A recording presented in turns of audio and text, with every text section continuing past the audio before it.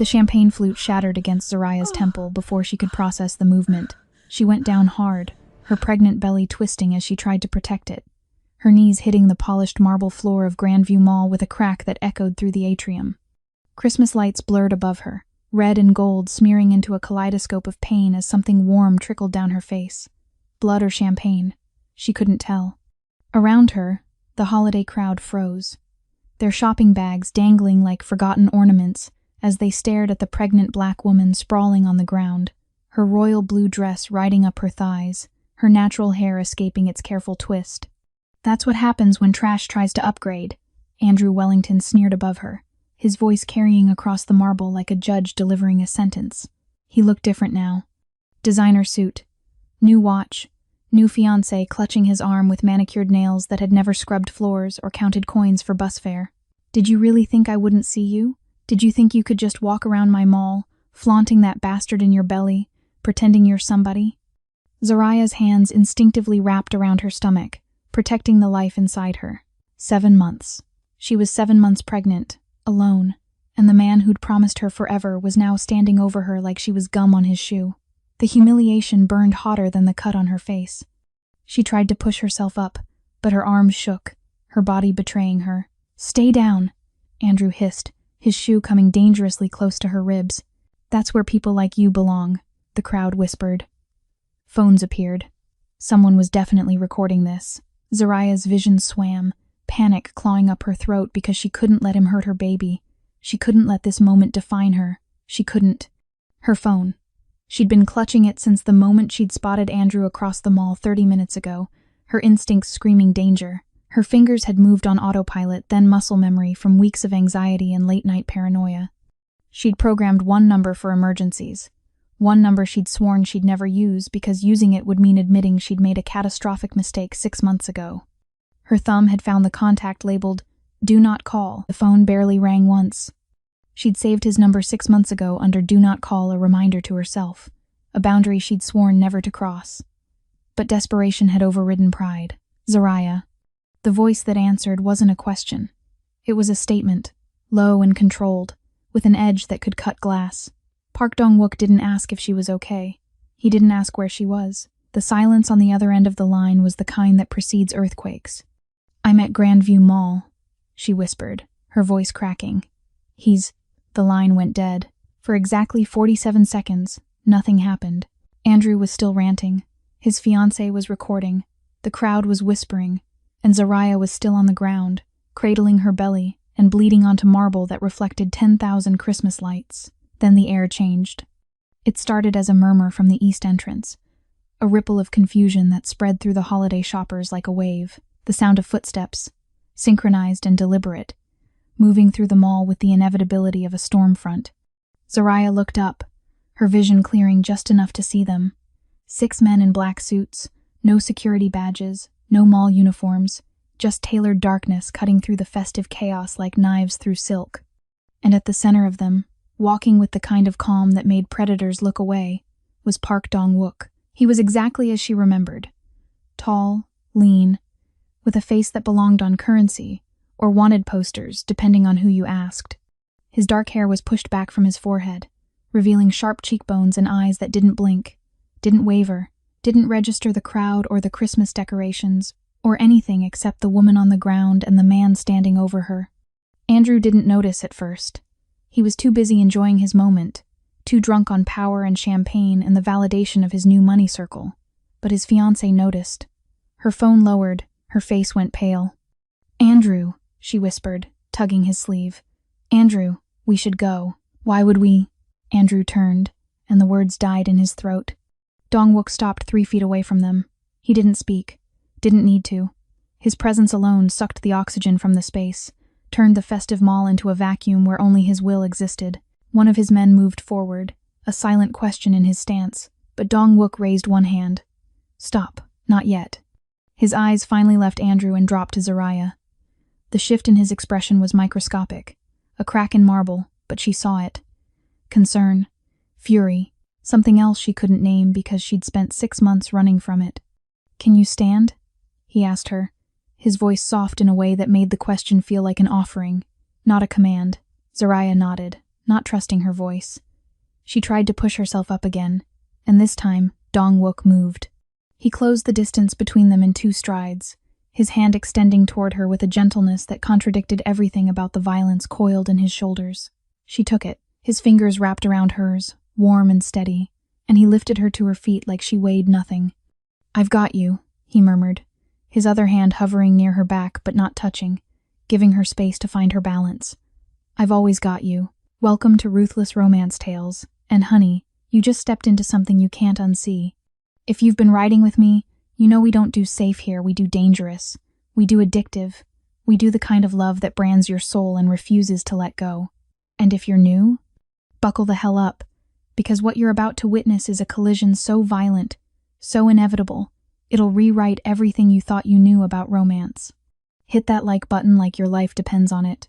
Subscribe because you're already hooked, and smash that notification bell, because missing what comes next would be a crime. Now let's watch how the ruthless Daunt's life changed forever. Andrew finally found his voice, but it came out wrong, strangled with confusion and the first threads of fear. "Who the hell are you?" Dong-wook didn't look at him. He was too busy checking Zaraya's face, his thumb brushing near the cut on her temple with a tenderness that made her chest ache. "You're bleeding." "I'm fine," she whispered, but her hands were shaking. "You're not fine." His jaw tightened, that microscopic crack in his composure widening into something dangerous. "Who did this?" Zaraya didn't answer. Didn't have to. Dong-wook's gaze finally slid to Andrew, and the temperature in the mall dropped 10 degrees. "You touched her," Dong-wook said. It wasn't a question. Andrew laughed, a nervous, brittle sound that echoed wrong in the silence. "Listen, man, I don't know what she told you, but this is between me and my ex. This is none of your business." "Your ex." Dong-wook repeated the words like he was tasting poison. He glanced at Zaraya, something unreadable flickering across his face, then back at Andrew. "The woman carrying your child, the woman you just assaulted in public, that ex, she's a liar?" Andrew spat, emboldened by his fiancé's presence and the crowd's phones. "She probably doesn't even know who the father is. Look at her. She's nothing. She's—" Dong-wook moved. It wasn't violent. That was the terrifying part. He simply stepped forward, closing the space between himself and Andrew with the kind of measured intent that made everyone around them step back. He didn't raise his voice, didn't raise his hand. He just stood there, 6 feet of controlled danger, and looked at Andrew Wellington like he was a problem that needed erasing. "Say one more word about her," Dong-wook said quietly, "and I will buy this mall, shut it down, and make sure the only thing you ever see inside it again is the inside of a janitor's closet. After I'm done with your credit, your reputation, and every connection you think makes you untouchable." Andrew's face went white. "You can't—" "I own Grandview Mall," Dong-wook continued, his tone conversational, almost bored. "I've owned it for 3 years. I also own the parking structure you valeted your leased BMW in, the penthouse building you're renting in, and the investment firm that's currently managing your trust fund." He paused, letting that sink in. "Did you really think you were shopping in neutral territory?" The crowd had gone completely silent. Phones were still recording, but now they were recording something else entirely. The shift of power, the unmasking. Andrew's fiancé released his arm and took a step back. "Smart woman." "You're lying," Andrew said, but his voice cracked. Dong-wook pulled out his phone, tapped it twice, and held it up. On the screen was a live feed of the mall's security system. Every camera, every angle, every recording of the last 10 minutes, including Andrew throwing the champagne flute, including his rant, including everything. "I'm not lying," Dong-wook said. "I'm being patient, but my patience ends the moment you stop being useful to me as a lesson." He lowered the phone and finally looked at Zaraya again, his expression softening in a way that made her heart stutter. "We're leaving. My car is downstairs." "I don't." Zaraya started, but he shook his head. "We'll talk in the car," he said gently. "Right now, I need to get you somewhere safe. Please." She should have argued, should have demanded answers, should have done 100 things that made sense, but standing there in her torn dress, bleeding and pregnant and exhausted, with Andrew's hatred burning behind her and Dong-wook's protection surrounding her, Zaraya made a choice. She nodded. Dong-wook's hand settled on the small of her back, a whisper of touch that somehow grounded her entire world, and he guided her toward the exit. His men fell into formation around them, a moving wall of silence and threat, and as they walked past Andrew, Dong-wook paused. "If you ever come near her again," he said, his voice dropping into something subterranean and final, "I won't call my lawyers. I'll call my brothers. And trust me, Andrew Wellington, you don't want to meet my brothers." They left him standing there, surrounded by phones and whispers and the shattered remains of his power trip. The Maybach was waiting at the private garage entrance, black and sleek and humming with quiet power. Dong-wook opened the door himself, helped Zaraya inside, and slid in beside her. The door closed, sealing them in leather and silence, and the faint scent of rain on glass. For a long moment, neither of them spoke. Then Dong-wook reached over, his hand covering hers where it still rested protectively on her belly. "Are you hurt? The baby?" "We're okay," Zaraya whispered, but tears were sliding down her face now, hot and unstoppable. "I'm sorry. I shouldn't have called you. I just didn't know who else." "Stop." His thumb traced circles on her knuckles, a gesture so gentle it broke something inside her.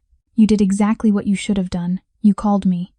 "But I left," she said, the words tumbling out in a rush of guilt and fear and relief. "6 months ago, I walked out of your office and disappeared because I was terrified of what you are, what you do, and I swore I'd never drag you into my mess. And now—" "Zaraya." He turned to face her fully, his other hand coming up to cup her face, his thumb carefully avoiding the cut on her temple. "You didn't drag me into anything. I've been in your mess since the day you brought me tea without being asked. Since the day you smiled at me like I was human instead of a monster. Since the day you left and I realized I'd let the only good thing in my life walk away because I was too afraid to tell you the truth." She stared at him, her breath catching. "What truth?"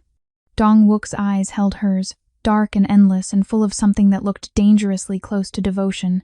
"That I've been watching you since the day you disappeared. That I've had men stationed near your apartment for months, making sure you were safe, making sure Andrew stayed away, making sure no one touched you. That I've been waiting for you to call me, to need me, to give me one single reason to step back into your life." His voice dropped to a whisper. "You didn't text the wrong number, Zaraya. You finally gave me permission to do what I've wanted to do since the moment you left." The car started moving, gliding through Seoul's streets like a shadow, and Zaraya felt the world tilt sideways, because she'd spent 6 months running from Park Dong-wook, from his world, from the terrifying realization that she'd fallen in love with a man whose name made criminals cross the street. And he'd spent 6 months waiting for her to come home. "Where are we going?" she asked, her voice small. "My penthouse," he said. "I have a doctor waiting. Then we're going to talk about everything.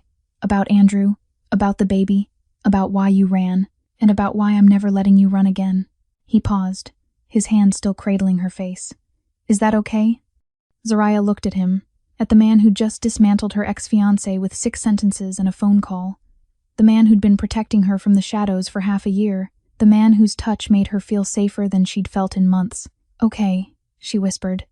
And as the Maybach carried them through the glittering Seoul night, Zaraya realized that walking into Grandview Mall that afternoon had been the second biggest mistake of her life. The first had been walking away from Park Dong-wook, but maybe, just maybe, she'd been given a second chance to fix it. The penthouse elevator moved in silence, the kind that pressed against eardrums and made breathing feel deliberate. Zaraya stood with her back against the mirrored wall, watching Dong-wook's reflection watch her. He hadn't let go of her hand since they'd left the car. His thumb still traced those slow, hypnotic circles against her knuckles, a gesture that should have been comforting but felt like something else entirely. Like a claim, like a promise he hadn't yet spoken aloud. The numbers climbed. 47th floor, 48th, 49th. "You're shaking," he said quietly, his eyes never leaving hers in the mirror. "I'm fine." "You keep saying that." His voice dropped lower, intimate in the enclosed space. "You're not fine, Zaraya. You haven't been fine since you left me." The elevator doors opened before she could respond, revealing a penthouse that looked less like a home and more like a fortress dressed in glass and steel. Floor-to-ceiling windows overlooked Seoul's glittering sprawl, the city lights reflecting off rain-slicked streets below. But Zaraya barely registered the view. She was too focused on the man waiting in the living room, older, silver-haired, with a medical bag at his feet. "Dr. Kang," Dong-wook said, his hand still holding hers. "Thank you for coming on such short notice." The doctor's eyes flicked to Zaraya's temple, then to her belly, then back to Dong-wook with an expression that said he'd seen this exact scene play out before. Let's get her comfortable. Dong-wook guided her to the sofa, his movements careful, deliberate, like she was porcelain that might shatter if he pressed too hard. He knelt in front of her as Dr. Kang opened his bag, and for a moment, the underground king of Seoul looked like nothing more than a man terrified of losing something precious. The baby first, Zaraya whispered. I know. His hand settled on her knee, steady and warm. I know, Zaraya. Dr. Kang worked efficiently. The Doppler pressed against her belly, filling the room with the rapid-fire heartbeat of her child. Zaraya's eyes closed, relief flooding through her so intensely she felt dizzy. Alive. The baby was alive. Strong heartbeat, Dr. Kang confirmed. No signs of distress, but you need to rest. Stress like this won't happen again, Dong-wook interrupted, his voice absolute. I'll make sure of it. The doctor cleaned the cut on her temple next, butterfly bandages pulling the skin closed with a sting that made Zaraya flinch. Dong-wook's hand tightened on her knee, his jaw working like he was physically restraining himself from doing something violent. When Dr. Kang finally packed his bag and left with a quiet warning about bed rest, the silence that followed felt heavier than before. Dong-wook stood, walked to the windows, his hands sliding into his pockets. The city sprawled behind him like a kingdom he'd conquered through blood and strategy, but he looked at it like it meant nothing. Like the only thing that mattered was the woman sitting on his sofa, pregnant and bleeding and still refusing to look at him directly. Why did you run? He asked finally, Zaraya's hands twisted in her lap. You know why. Say it anyway. Because you terrify me. The words came out raw, honest, because 6 months ago, I walked into your office to temp for 3 weeks, and I left knowing that if I stayed, I'd fall so deeply into you I'd never find my way out. Because I saw what you are, Dong-wook. I saw the men who bow when you walk into rooms. I saw the way people's voices drop when they say your name. I saw the gun in your desk drawer and the blood on your knuckles after that meeting you thought I didn't notice. She finally looked at him, her eyes burning. I saw you, and I knew if I let myself love you, it would ruin me. And Andrew. His voice was lethal. Did he ruin you? Andrew was safe. She laughed bitterly. Or so I thought. Andrew was normal. He had a normal job and normal friends and a normal future planned. He didn't make me feel like I was standing at the edge of a cliff every time he touched me. But he left you. Dong-wook turned from the window, his eyes dark and unreadable. He left you pregnant and alone, and I'm willing to bet he didn't do it kindly. Zaraya's throat tightened. She didn't want to remember that night, the way Andrew had looked at her pregnancy test like it was a death sentence, the way he'd packed his bags while she begged him to stay, the way he'd walked out without looking back. He said I trapped him, she whispered. He said I got pregnant on purpose to lock him down, and he wasn't about to let some ghetto girl ruin his life. The temperature in the room dropped. Dong-wook's expression didn't change, but something in his eyes went cold and distant, the kind of cold that preceded very bad decisions for very bad people. And you believed him, he said softly. No, but I believed that I deserved it. She stood, her hands wrapping around her belly protectively. Because I did trap him, Dong-wook, not with the baby that was an accident, but I trapped him by pretending to be someone I wasn't. Someone simple and easy and undemanding. Someone who didn't wake up at 3 a.m. thinking about a man whose touch felt like falling and flying at the same time. You were thinking about me. Not a question, a revelation. Every night, she admitted, and the confession felt like stepping off that cliff she'd been avoiding. Every single night, I was with Andrew and thinking about you. And when he left, I told myself it was karma, that I'd destroyed my own life by wanting something I had no right to want. Dong-wook closed the distance between them in 3 strides. He didn't touch her, but he was close enough that she could feel the heat radiating off his body, close enough that she had to tilt her head back to meet his eyes. You had every right, he said, his voice rough. You had every right to want me, Zaraya, because I've wanted you since the first day you walked into my office and didn't flinch when you saw the tattoos on my hands. Since the first time you smiled at me like I was worth smiling at. Since the first time you brought me tea and remembered I don't take sugar without me telling you. His hand came up slowly, giving her time to pull away, and cupped her face with a gentleness that made her breath catch. I let you walk away because I thought I was protecting you, because men like me don't get to keep things as good as you. But I was wrong, Dong-wook. I should have chased you, he continued, his thumb tracing her cheekbone. I should have torn this city apart looking for you. I should have told you the truth 6 months ago instead of watching you leave because I was too afraid you'd see me for what I really am and run anyway." "What truth?" Her voice was barely a whisper. His eyes held hers, dark and endless, and full of something that looked like surrender. "That I'm in love with you. That I've been in love with you since the moment you laughed at my terrible joke about tax evasion and didn't ask if I was serious. That every woman I've met since you left has been a shadow of you. And I'm done pretending I can live in a world where you don't belong to me." The words hung between them, heavy and irrevocable. Zariah's heart slammed against her ribs. "You don't know me. Not really. I know you take your coffee with too much cream and not enough sugar. I know you hum when you're concentrating. I know you're terrified of thunderstorms, but you'll stand in the rain anyway because you're stubborn. I know you left me because you were scared, not because you didn't feel it too." His other hand came up, framing her face, holding her like she was the only thing in the world worth holding. "And I know that baby you're carrying deserves a father who'll burn the world down to keep him safe. Let me be that, Zariah. Let me be everything Andrew wasn't. The baby isn't yours," she said. But her hands were on his chest now, feeling his heartbeat thunder beneath her palms. "I don't care." His forehead touched hers, his breath warm against her lips. "That baby is yours, which means he's already mine in every way that matters. Let me prove it." Andrew walked away from his own child. "That makes him a sperm donor, not a father. But if you'll let me, I'll be the father that baby deserves." Zariah closed her eyes, tears sliding down her cheeks, and for the first time in 6 months, she let herself fall. The guest bedroom was too perfect. That was Zariah's first thought as Dong-wook opened the door, revealing a space decorated in soft grays and cream, untouched and waiting like it had been prepared specifically for her. A silk robe lay across the bed. Fresh towels sat folded on the dresser. The bathroom light was already on, steam rising from what she suspected was a bath drawn at the exact temperature she preferred. "How long have you been planning this?" she asked, her voice sharper than intended. Dong-wook leaned against the doorframe, his jacket discarded somewhere between the living room and here, his shirt sleeves rolled up to reveal forearms marked with ink that told stories she'd never asked him to explain. "Planning what?" "This." She gestured at the room, at the robe, at the evidence of his preparation.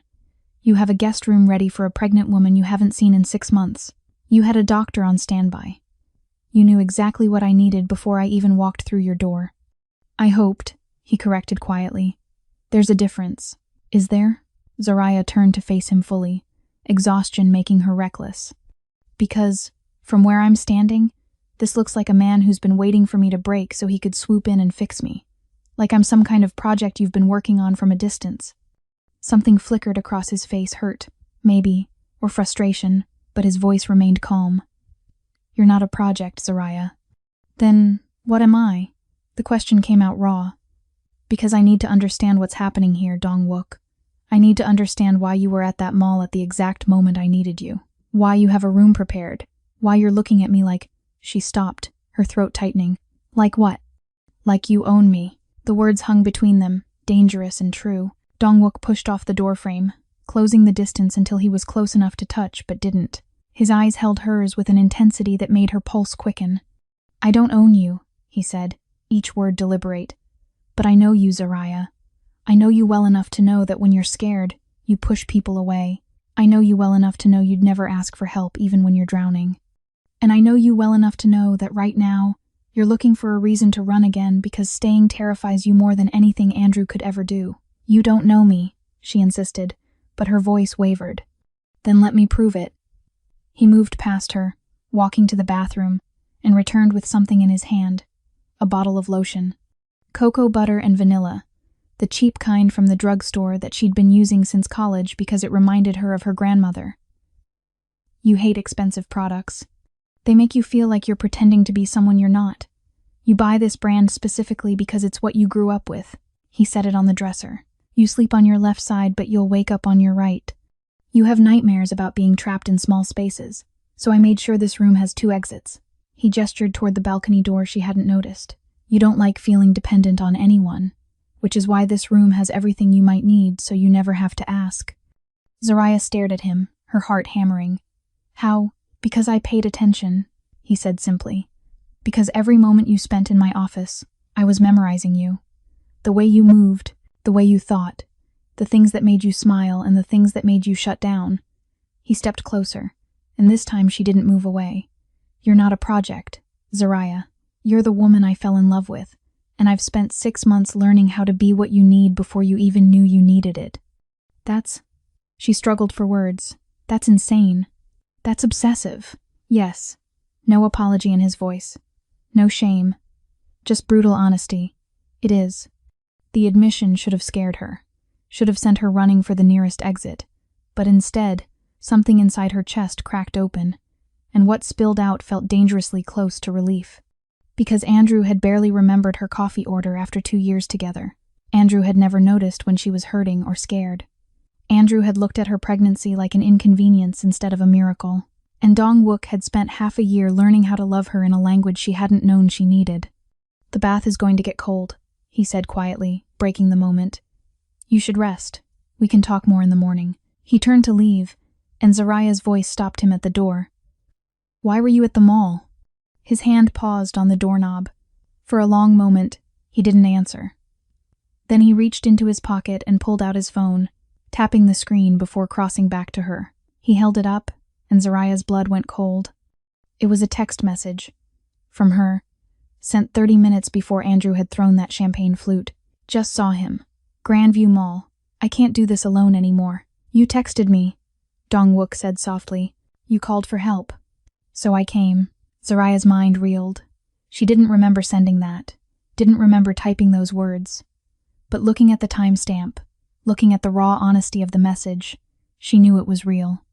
Knew that some part of her, the part that had been screaming for 6 months, had finally been desperate enough to reach out. "I was already tracking your location," he admitted, and her eyes snapped to his. "I've had someone watching you since the day you disappeared, making sure you were safe, making sure Andrew stayed away, making sure that if you ever needed me, I could be there in minutes." His jaw tightened. "I know how that sounds. I know it crosses lines, but I don't care, Zariah. I will not apologize for keeping you alive. You've been stalking me." The words felt strange in her mouth, accusatory and aroused at the same time. Yes, still no apology. For 6 months, every single day. Zariah should have been furious, should have felt violated, but instead, she felt something else entirely, something dark and wanting and completely irrational. Because part of her, the part that had been sleeping with one eye open since Andrew left, the part that had been terrified every time she walked to her car alone, was relieved. Grateful, even. "Show me," she whispered. "Zariah, show me what you've been watching. Show me how deep this goes." Dong-wook's eyes darkened with something that might have been warning or hunger.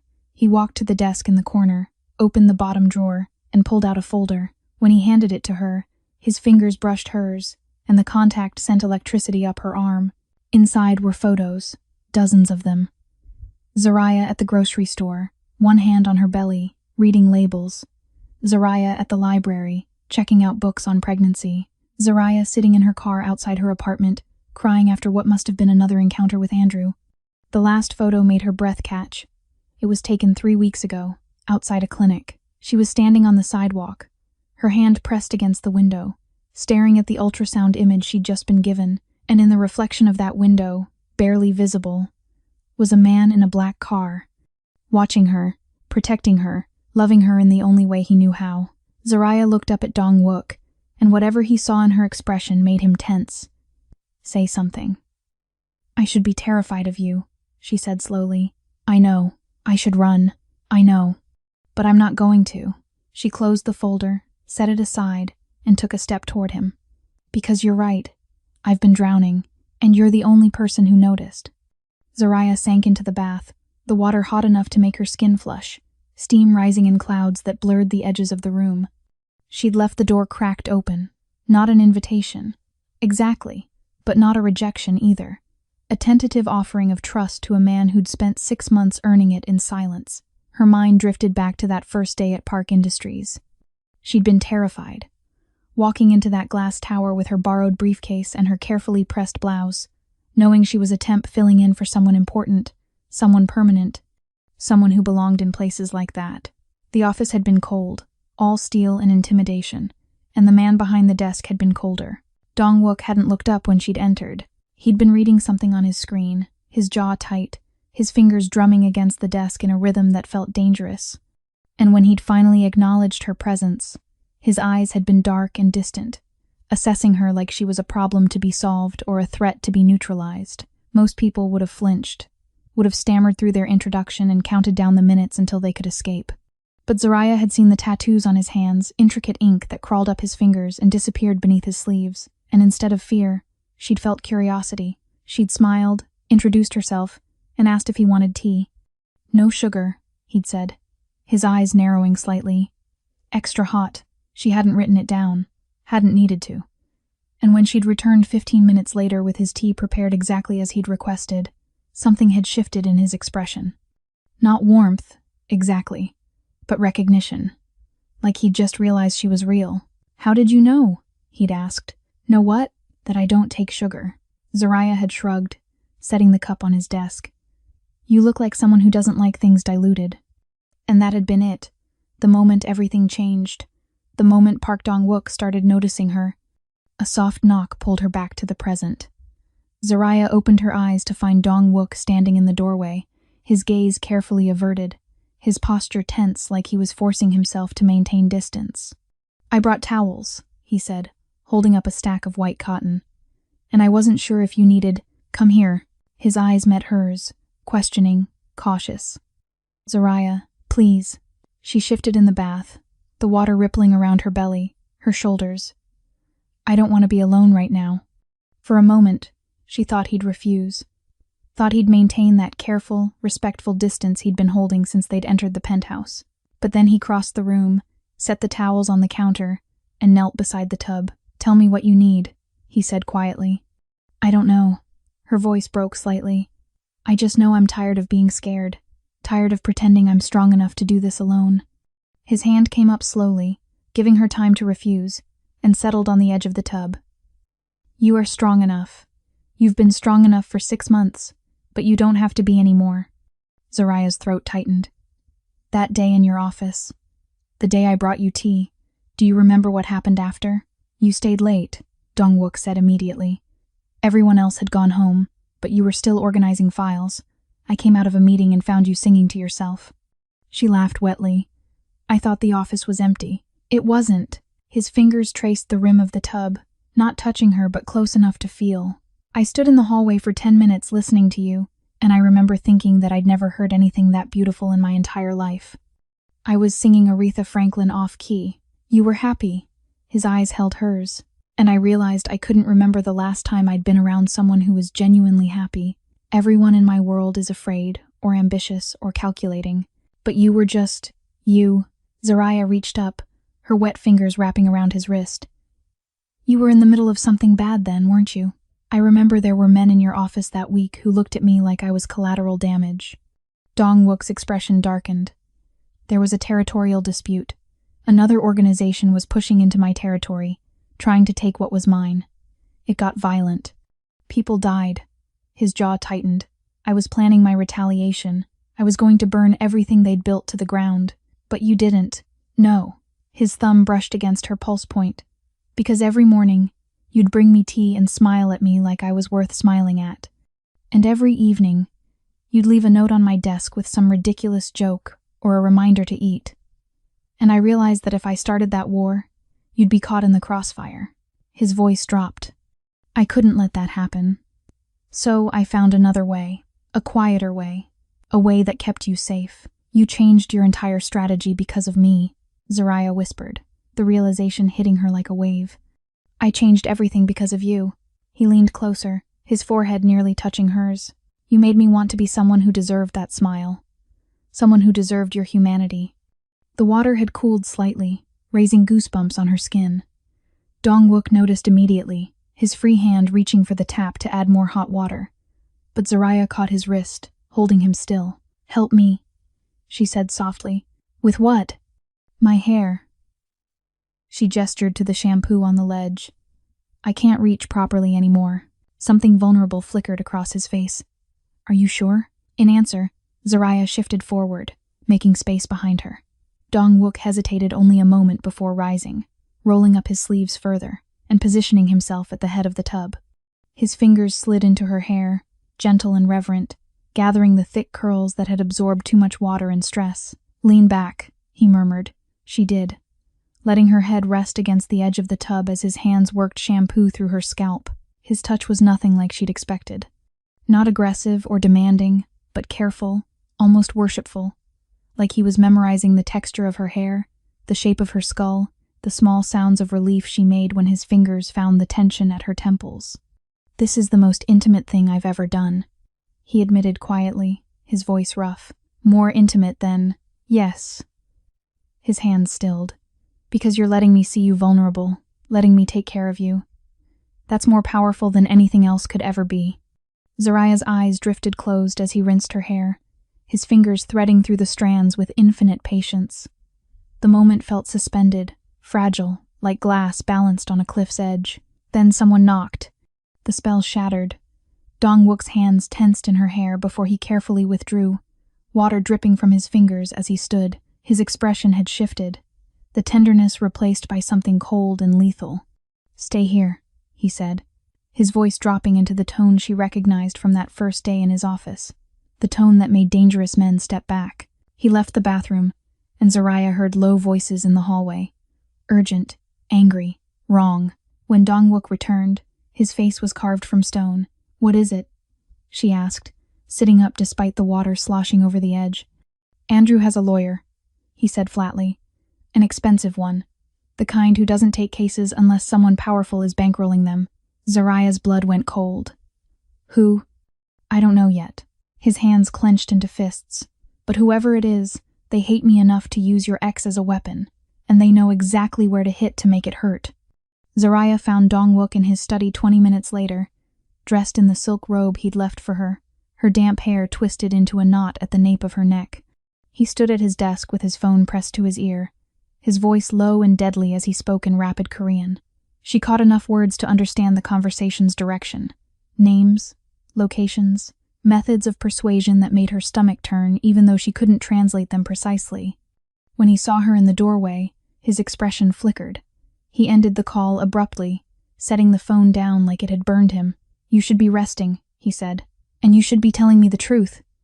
Zariah crossed the room, her bare feet silent on the hardwood. "What are you planning?"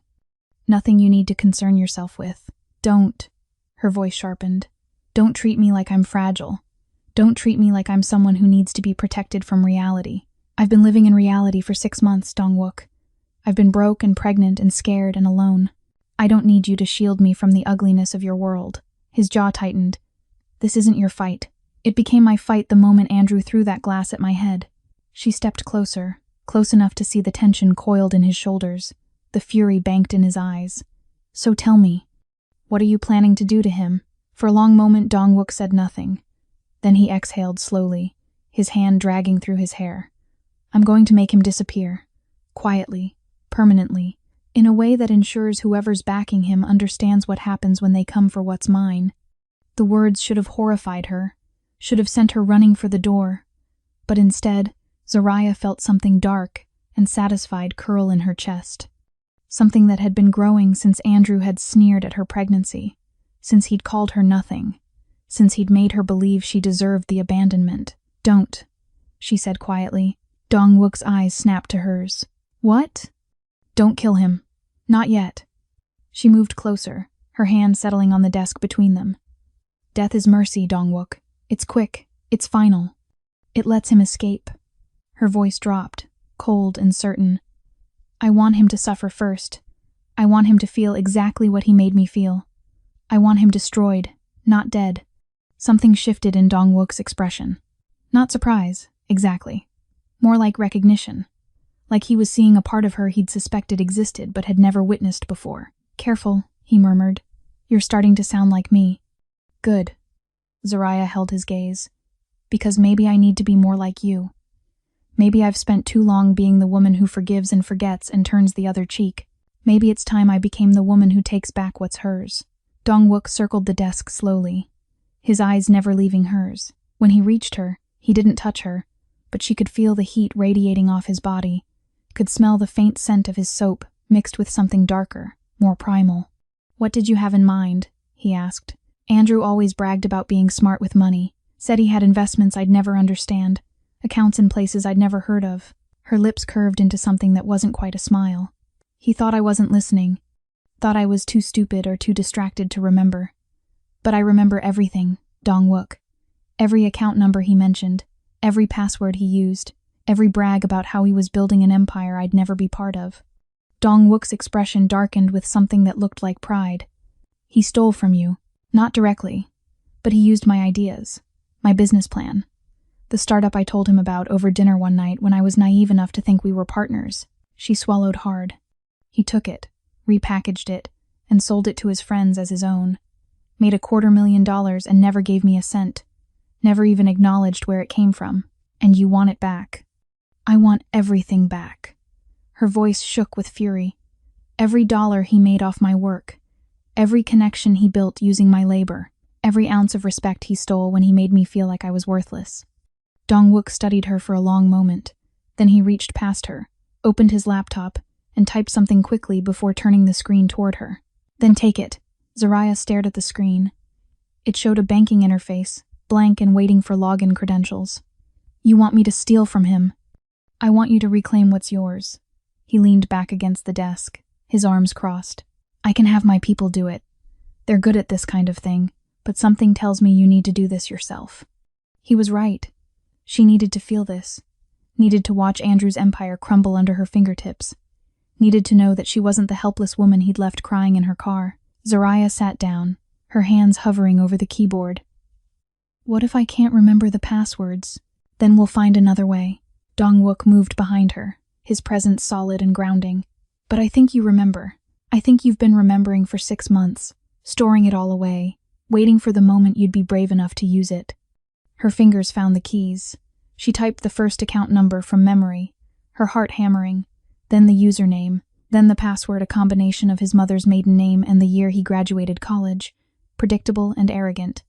The screen loaded, and there it was, $273,000, sitting in an offshore account under Andrew Wellington's name. Holy hell, she whispered. Is that all of it? Dong-wook's voice was calm, but she could hear the satisfaction underneath. No. Zaraya's hands were shaking now. There are 3 more accounts.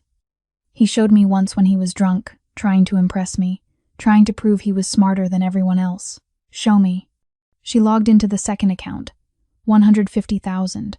The third, 97,000. The fourth made her breath catch, $420,000. Most of it dated from transactions made in the last 6 months. He's been building his empire while I've been counting pennies for groceries, she said, her voice hollow. Dong-wook's hand settled on her shoulder, warm and steady. Not anymore.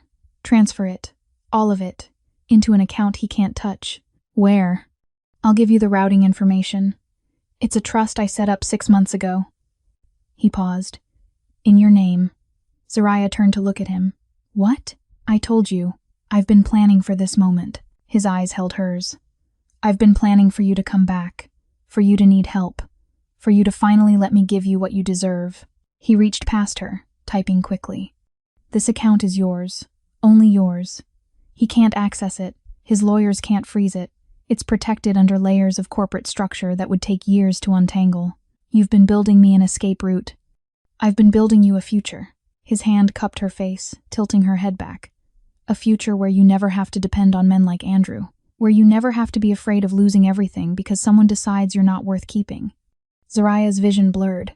She blinked hard, refusing to cry, and turned back to the screen. Her fingers moved quickly now, transferring funds with a speed that felt almost violent, watching Andrew's accounts drain, watching her own balance climb. $940,000. Almost $1 million that should have been hers from the beginning. How does it feel? Dong-wook asked quietly. Like breathing, she admitted.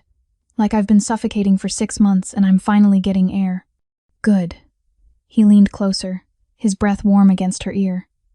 Now imagine what else we could take from him. Before Zaraya could answer, a notification popped up on the screen. An email, the subject line stark and threatening. You're making a mistake. She clicked it. A video file loaded, grainy but clear enough to make her blood run cold. It was footage from Grandview Mall, not from today, from 2 weeks ago. Zaraya walking through the food court, one hand on her belly, her face tired and worried.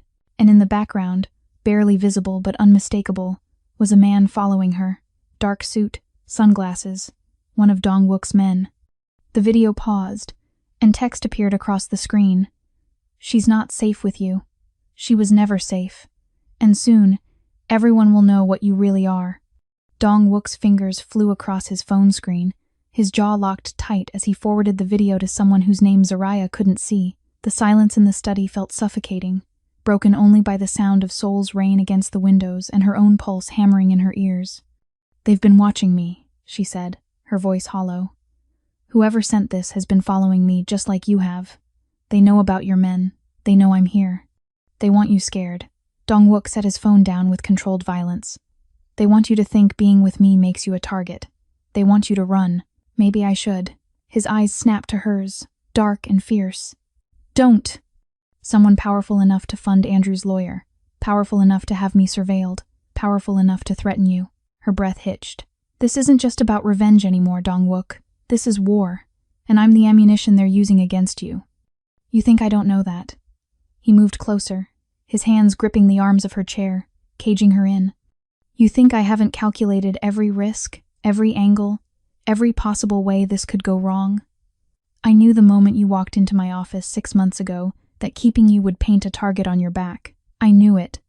And I let you walk away because I thought distance would keep you safe." His voice dropped, rough with emotion. "But they found you anyway, Zaraya. They've been circling you for months, waiting for the perfect moment to use you against me, so running won't save you. The only thing that saves you now is staying close enough for me to protect you. Or they could expose what you are," she whispered. "Destroy everything you've built.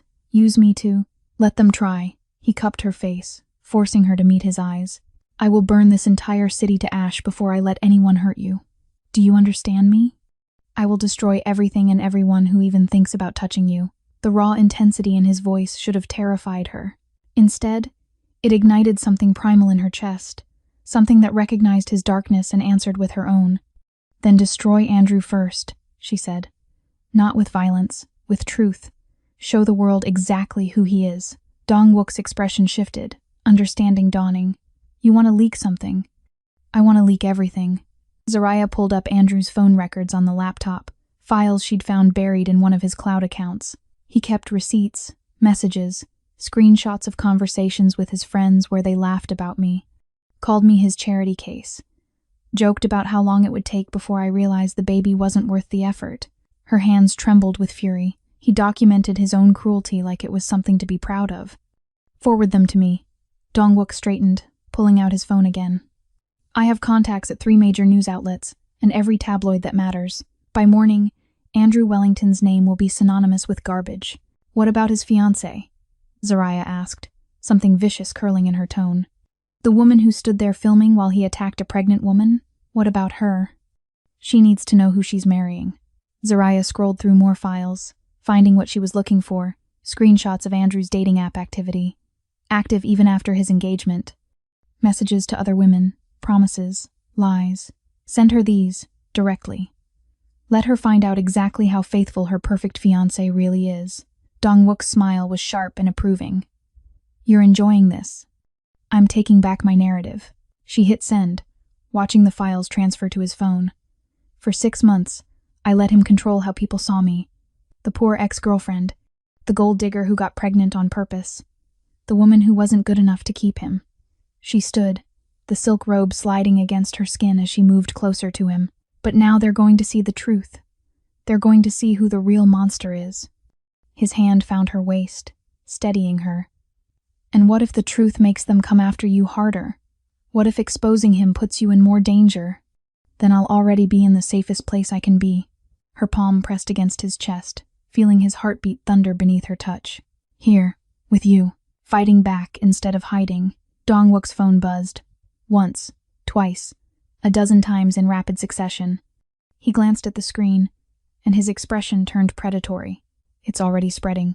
Someone leaked it to a gossip account with 2 million followers. Who? Does it matter?" He turned the phone toward her. The screen showed Andrew's face plastered across social media, the screenshots Zaraya had provided blown up for the world to see. Comments flooded in disgust, outrage, condemnation. "He's trending, and not in a good way."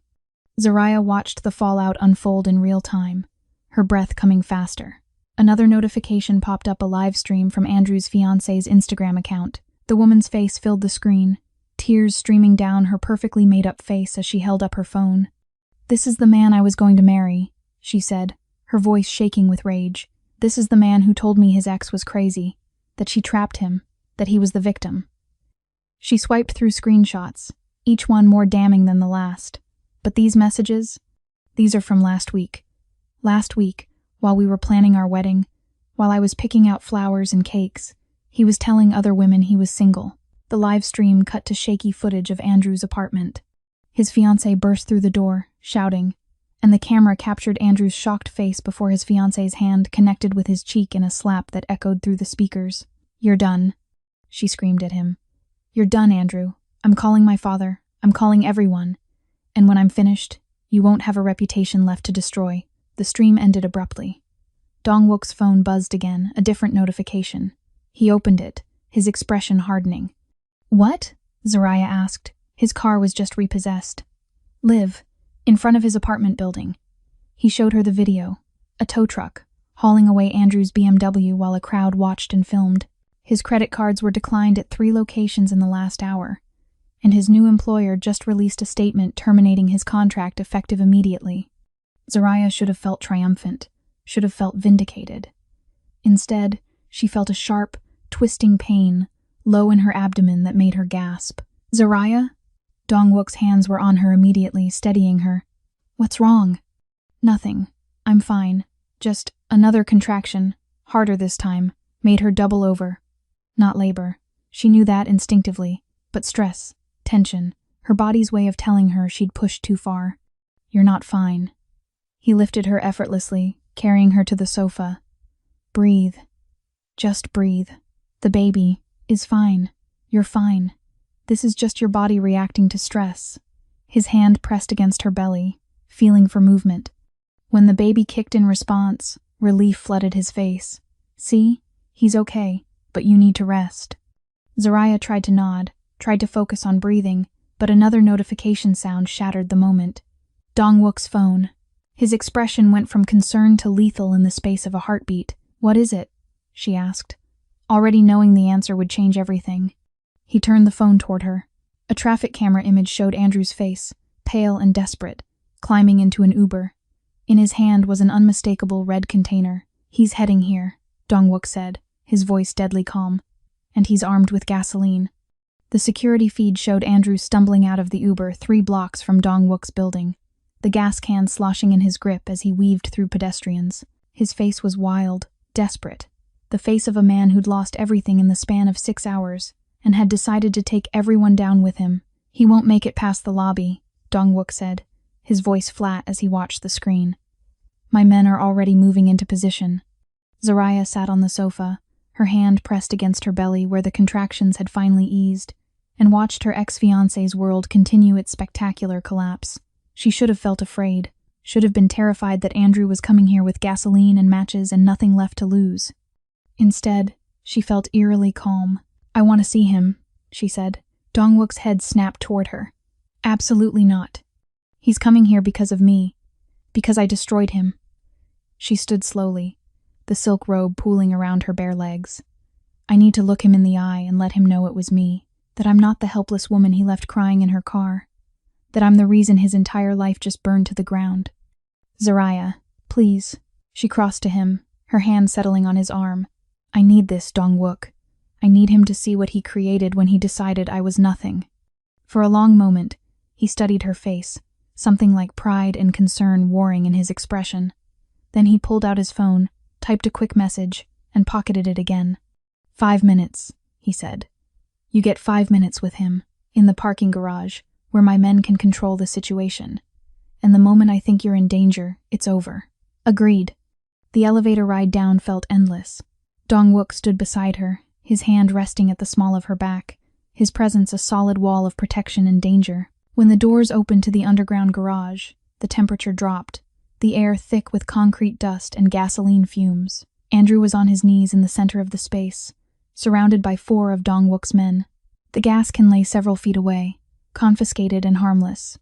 His expensive suit was rumpled, his face blotchy with tears and rage, his wrists zip-tied behind his back. When he saw Zariah step out of the elevator, his expression twisted into something ugly. "You," he spat. "You did this. You ruined everything." "No, Andrew." Zariah's voice was steady as she walked toward him, Dong-wook a silent shadow at her side. "You did this. You ruined your own life the moment you decided I was disposable." "You stole from me." His voice echoed off the concrete walls. "That was my money, my accounts." "Your money?" She crouched down, bringing herself to his eye level despite Dong-wook's warning hand on her shoulder. "You mean the money you made off my business plan? The idea I shared with you over dinner while you pretended to care about my dreams? The startup you repackaged and sold to your friends while I was scraping together rent money?" Andrew's face paled. "That's not." "It is." Zariah's smile was cold. "And now it's back where it belongs, along with your reputation, your fiancé, your car, and your future. You can't do this to me." His voice broke. "You're nobody. You're nothing. You're just some ghetto." Dong-wook moved faster than Zariah could track, his hand fisting in Andrew's collar, yanking him up to his knees with enough force to make him choke. "Finish that sentence," Dong-wook said quietly, his voice lethal, "and I will make you disappear so completely that even dental records won't identify what's left." Andrew's eyes went wide with terror as he finally understood who he was dealing with. "You have two choices," Dong-wook continued, releasing him with a shove that sent him sprawling. "Choice 1. Zariah signs a set of documents that will send you to prison for embezzlement, fraud, and assault. You'll serve 20 years minimum, and when you get out, you'll be a registered felon with nothing and no one waiting for you. And choice 2? Andrew's voice shook. "Choice 2 is I handle this my way." Dong-wook's smile was terrifying. "And my way doesn't involve courts or lawyers or any chance of parole." The silence that followed was suffocating. Zariah could hear her own heartbeat, could feel the weight of the decision pressing down on her. Part of her, the dark, wounded part that had been born the night Andrew walked out, wanted to choose option 2. Wanted to watch Dong-wook erase Andrew from existence. But the other part, the part that was still her, the part that remembered who she'd been before all of this, knew what she had to do. "Give me the papers," she said. Dong-wook produced a folder from seemingly nowhere, handing it to her along with a pen. The documents inside were already prepared, already notarized, already airtight. Evidence of Andrew's crimes documented with the kind of thoroughness that only someone with Dong-wook's resources could achieve. Zariah signed her name on every page, each signature a reclamation of power, a rejection of victimhood, a declaration that she would not be destroyed by Andrew Wellington's cruelty. When she finished, she handed the folder back to Dong-wook and turned to Andrew one last time. "I'm taking the car back too," she said softly. "The BMW you had repossessed, that was mine. I co-signed for it when you couldn't get approved, so I'm reclaiming it along with everything else you stole." Andrew's face crumpled. "You can't." "I already did." She straightened, her hand instinctively protecting her belly. "Goodbye, Andrew. I hope prison teaches you what I learned while you were gone, that survival makes you stronger than cruelty ever could." She turned to walk away, Dong-wook's hand finding hers, steady and grounding. They'd made it 5 steps toward the elevator when Andrew's voice rang out behind them, high and desperate and laced with something that sounded like triumph. "You think you've won?" he screamed. "You think taking me down means anything? Park Dong-wook. You're so focused on protecting her that you don't even see what's happening." Dong-wook stiffened beside her. "Shut him up. Kim Sung-min." Andrew's laugh was manic, unhinged. "You didn't think I could afford that lawyer on my own, did you? Kim Sung-min is bankrolling everything. He's been watching her for months, watching you fall for her, waiting for the perfect moment to use her against you." The name hit like a physical blow. Zariah felt Dong-wook's entire body go rigid, his hand tightening around hers almost painfully. "He's coming for you, Park," Andrew continued, his voice cracking with hysterical glee. "He's been planning this for years, and she's the bait that finally got you to surface. She's the weapon he's been waiting for. So congratulations, you just fell right into his trap." Dong-wook didn't turn around, didn't acknowledge the words.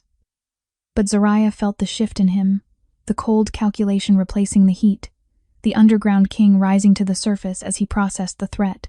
"Get him out of my sight," he said to his men, his voice empty of emotion. "Process the papers. Make sure he's transferred to a facility that understands he's not to communicate with anyone, ever. As they dragged Andrew away, still screaming threats and revelations, Dong-wook finally looked at Zaraya. His eyes were dark, unreadable, and for the first time since she'd known him, she saw something that looked like fear. "Who's Kim Sung-min?" she whispered. "The man who wants me dead," Dong-wook said flatly. "And apparently, the man who's been using you to make it happen." The penthouse felt different when they returned. Zaraya couldn't pinpoint exactly what had changed, but something in the air had shifted thicker, heavier, like the atmosphere before a thunderstorm. Dong-wook moved through the space with predatory awareness, checking windows, testing locks. His phone pressed to his ear as he spoke in rapid Korean to someone whose voice sounded urgent even through the speaker. "What's happening?" Zaraya asked, though she already knew the answer would terrify her. "Kim Sung-min doesn't make idle threats." Dong-wook ended the call, his expression carved from granite. "If Andrew knows about him, it means Sung-min wanted him to know. Wanted us to know. This whole thing, the mall, the lawyer, the surveillance footage, it was all orchestrated to bring you here. To me, to make me vulnerable. Then maybe I should leave." Her hand pressed against her belly protectively. "Maybe if I'm not here, he'll hunt you down anyway." Dong-wook crossed to her, his hands framing her face with a gentleness that contradicted the violence coiled in his shoulders. "You became a target the moment you walked into my office 6 months ago. The moment I looked at you and forgot how to breathe. Sung-min has been watching, waiting for me to care about something more than power. And now he knows." His thumb traced her cheekbone. "So you're staying here, where I can protect you. What if you can't?" The question came out small, afraid. "Then I'll die trying." No hesitation, no doubt, just brutal, absolute certainty. Before Zaraya could respond, Dong-wook's phone buzzed. He glanced at the screen, and his entire body went rigid. "They're here." "What?" "Sung-min's men. They just entered the building." He grabbed her hand, pulling her toward a section of wall that looked solid and ordinary. His palm pressed against a hidden panel, and the wall slid open, revealing a steel door with a biometric scanner. Inside. "Now, Dong-wook. This is the Phoenix room, bulletproof, soundproof, stocked with everything you need for 72 hours. He pressed her hand against the scanner, programming her fingerprint into the system. "Once you're inside, no one can get to you. Not Sung-min. Not his entire organization. Not even me unless you open it from the inside." Zaraya's pulse hammered. "What are you going to do?" "What I should have done years ago." His eyes met hers, dark and fierce and full of something that looked like goodbye. "And this." "No." She gripped his shirt, panic clawing up her throat. "No. You can't leave me in there while you—" "I can and I will." He covered her hand with his touch gentle despite the urgency. "Because that baby you're carrying deserves a chance to be born. And you deserve a future that doesn't involve running from men like Sung-min for the rest of your life." He pressed a kiss to her forehead, lingering, desperate. "Trust me, Zaraya. Please. Trust that I know how to survive this." The sound of the elevator chiming made them both freeze. Someone was coming up. Someone who shouldn't have access to this floor. "Go," Dong-wook said, pushing her toward the Phoenix room. "Lock it behind you. Don't open it for anyone but me. And if I don't come back—" His voice cracked slightly. "If I don't come back, there's a lawyer's card in the top drawer. Call him. He'll make sure you and the baby are taken care of. Dong-wook." "I love you." The words came out fierce, final. "I've loved you since the day you smiled at me like I was worth saving. Remember that." He shoved her inside and slammed the door before she could respond. The lock engaged automatically, the sound of steel bolts sliding into place echoing in the small space. Zaraya pressed her hands against the door, her breath coming in gasps, her mind screaming at her to find a way out, to help him, to do something other than hide while the man she loved faced down a killer. The Phoenix room was exactly as Dong-wook had described, windowless, climate-controlled, stocked with water and food and medical supplies. A bank of monitors lined one wall, showing security feeds from throughout the penthouse. Zaraya stumbled toward them, her hands shaking as she found the camera that showed the living room.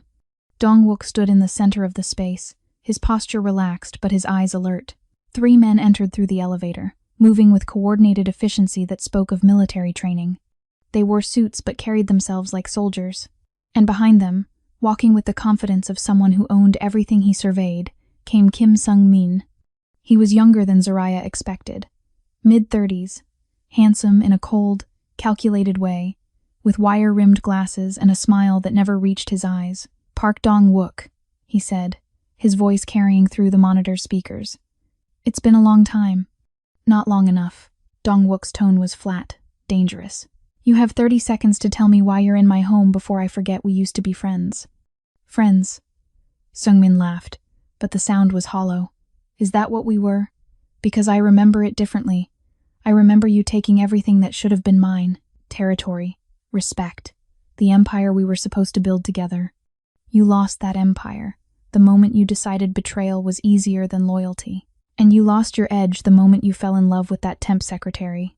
Seungmin's smile sharpened. "Tell me, is she as good as I imagine? Is she worth destroying everything you've built?" Dong-wook didn't respond, didn't flinch. But Zaraya saw his hands curl into fists, saw the muscle jumping in his jaw. Seungmin circled the room slowly, appraising. "I've been planning this for 3 years, watching you, learning your patterns, waiting for the weakness I knew would eventually surface. And then she appeared. Sweet little Zaraya, walking into your office with her smile and her innocence and her complete ignorance of what you really are." He stopped, turning to face Dong-wook directly. "So I orchestrated the rest. Her boyfriend's betrayal, the pregnancy, the isolation. I made sure she had nowhere to go except back to you. I made her desperate enough to call for help, knowing you'd come running." The pieces fell into place with sickening clarity. Seungmin hadn't just been watching Zaraya after she left. He'd been manipulating Andrew months before, planting seeds of doubt, financing his new lifestyle, engineering the abandonment. By the time Dong-wook had started his surveillance 6 months ago, the trap had already been set. He'd been watching her drown without realizing someone else had pushed her into the water. Zaraya's blood turned to ice. Everything Andrew leaving, the pregnancy struggles, the months of isolation, all of it had been planned, manufactured. She'd been a puppet dancing on strings she'd never seen. "Where is she?" Seungmin asked casually. "Gone." Dong-wook's voice was steady. "I sent her away the moment your men entered the building." "Liar." Seungmin pulled out a tablet, tapping the screen. "I have thermal imaging showing 2 heat signatures on this floor until approximately 3 minutes ago. Then one disappeared. So either you killed her unlikely, given your pathetic attachment, or you hid her." His eyes lit with understanding. "The Phoenix Room. Of course. You built a panic room for your precious weakness." He gestured, and his men moved, spreading through the penthouse with purpose. Searching, hunting. Zaraya watched, helpless, as they tore through Dong-wook's space. One of them approached the hidden panel, running his hands along the wall, searching for seams. Her breath caught. They were going to find it. They were going to... Dong-wook moved, not toward the men, but toward Seungmin. "You want me? Fine. Let's end this. Just us. No weapons. No backup. The way we used to settle things." Seungmin smiled. "And if you lose? Then you get everything. My territory, my resources, my life." Dong-wook's eyes were cold. "But you leave her alone. You walk away and pretend she doesn't exist. Deal." Zaraya screamed against the soundproof door, knowing they couldn't hear her, knowing she was trapped watching the man she loved gamble his life for hers. The monitors showed Dong-wook and Seungmin facing off, circling each other like predators, and then the screens went black. Every single monitor, every camera. The room plunged into emergency lighting, casting everything in red. Zaraya's hand scrambled for the door, for anything that would let her out, but the lock held firm. She couldn't see, couldn't hear, couldn't know if Dong-wook was alive or dying or already dead. Time became meaningless. Seconds or minutes or hours passed in that red-lit darkness, her mind conjuring increasingly horrible scenarios. She sank to the floor, her arms wrapped around her belly, tears streaming down her face as she whispered prayers to deities she'd stopped believing in years ago. Then she saw it. Tucked into a shelf beside the medical supplies was a folder. Thick, official-looking, with her name embossed on the cover. With shaking hands, Zaraya opened it. Inside were architectural plans for a building, a community center. With her name on the deed, and beneath that, incorporation papers for a foundation, second chances. There were budget projections, partnership agreements with local businesses, program outlines for helping women in crisis, childcare, job training, housing assistance, Everything she'd ever dreamed of doing if she had the resources. And at the bottom, a handwritten note in Dong-wook's careful script, "For when you're ready to save the world the way you saved me. The funds are already transferred. The building is yours. All you have to do is walk through the door and start. I believe in you, Zariah. I've always believed in you. DW." The date on the note was from 4 months ago, 2 months after she'd left him. He'd been building her a future while she'd been hiding from her past, creating a legacy for her while she'd been convinced she had nothing. A sound broke through her spiral. The locks disengaging. The door opening. Zariah scrambled backward, her heart in her throat, not knowing if it was rescue or execution walking through that door. Dong-wook fell to his knees in the doorway. He was covered in blood, splattered across his face, soaked into his shirt, dripping from his hands. His breathing came hard and ragged, and for a terrifying moment, Zariah thought the blood was his. But there were no wounds, no injuries, just the evidence of whatever had happened beyond that door. Then he looked up, and his eyes met hers, alive, whole, victorious. "Sung-min's men are in custody," he said, his voice hoarse. "Security footage shows they attacked first. Self-defense, legal, clean." He swallowed hard. "It's over." "Is the baby okay?" he asked, his voice wrecked. 6 months later, Zariah stood in front of the floor-length mirror in what had become their bedroom, adjusting the red silk dress that hugged her post-pregnancy curves.